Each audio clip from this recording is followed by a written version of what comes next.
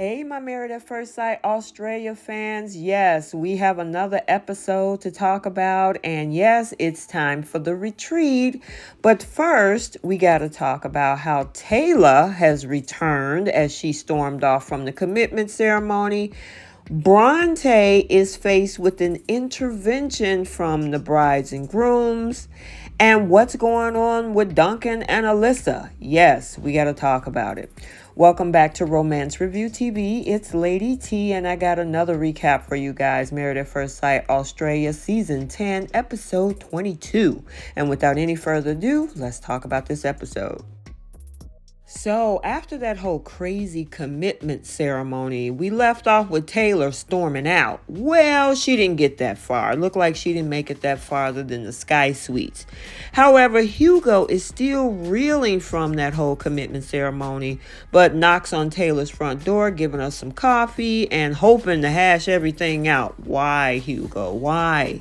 But Taylor doesn't really want to talk to Hugo after being left to feel like she's been thrown under the bus, saying that she's been betrayed is what she tells the cameras.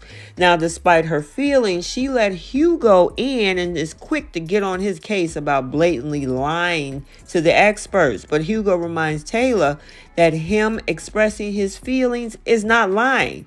Now, after a bit of back and forth, and Taylor invites Hugo to move back into the apartment, and while, of course, that's music to Hugo's ears, it appears that this invitation didn't come from the most genuine place. She was like, I just didn't want to argue anymore, and truth be told, what I told Hugo is what I wanted him to hear. And it definitely makes things easier, especially with them going into this whole retreat. And speaking of the retreat, because everyone is living so harmoniously under their separate roofs, Harrison predicts that this retreat it will be a bloodbath, while Claire is just hopeful that there'll be no drama. Even still, she's requested no glass and just paper cups only, just in case. And now at the retreat, we see everybody calling dibs on a bed. First, Melinda and Evelyn come out on top when they nab the retreat's second guest house.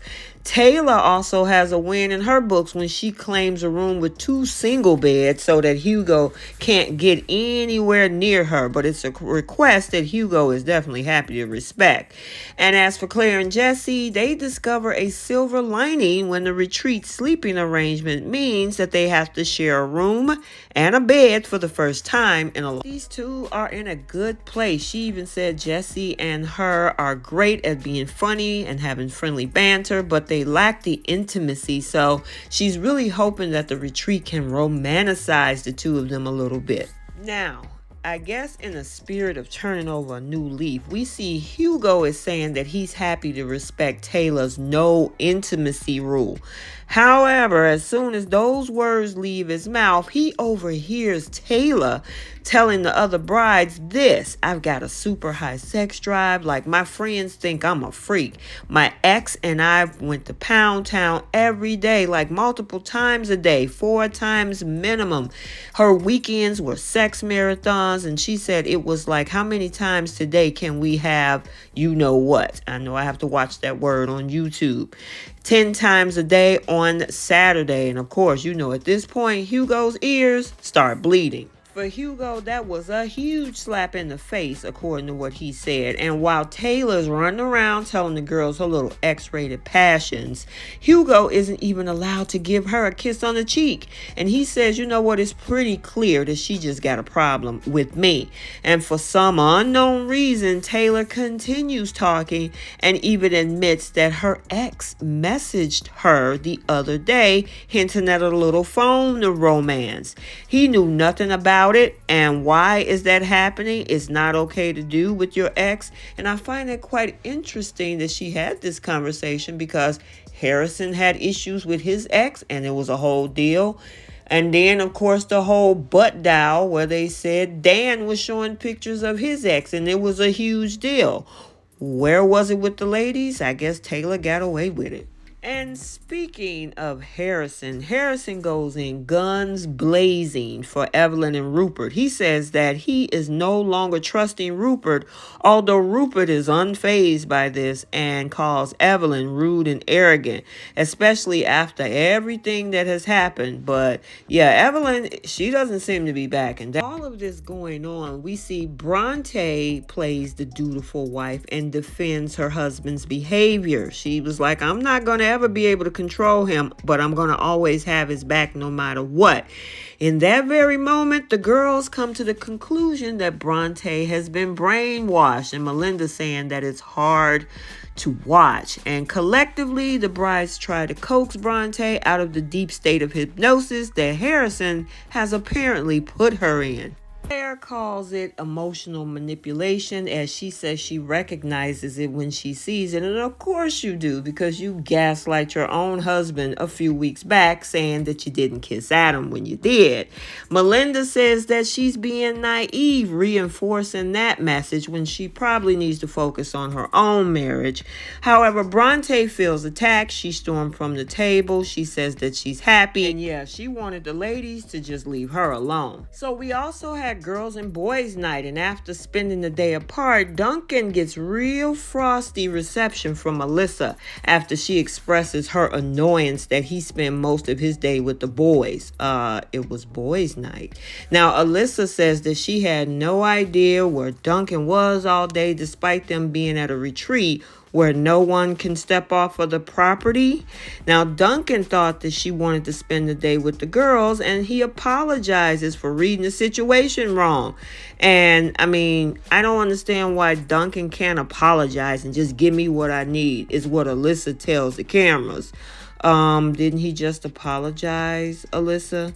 She wants more attention. She needs attention because she hasn't had any. She says she hasn't had none. She's sobbing to Duncan.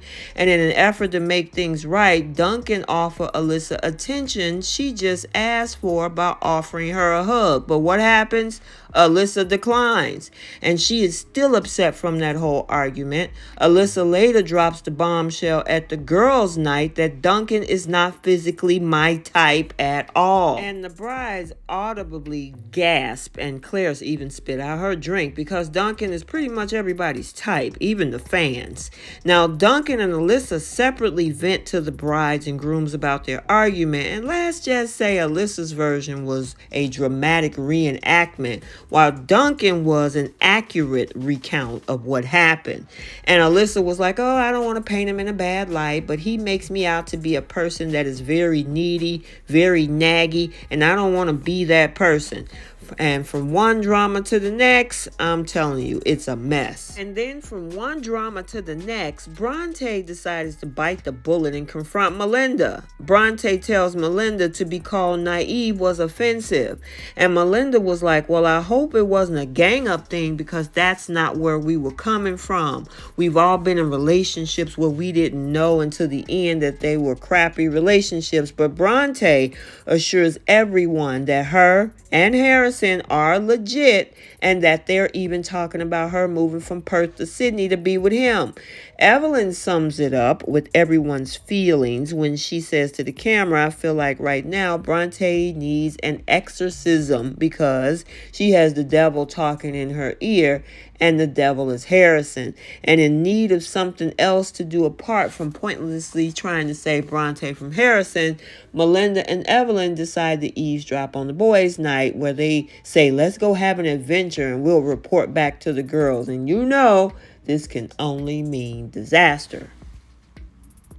Okay, so let's get the conversation started down in the comment section. What do you think about what happened on the retreat? This whole thing with Taylor and Hugo.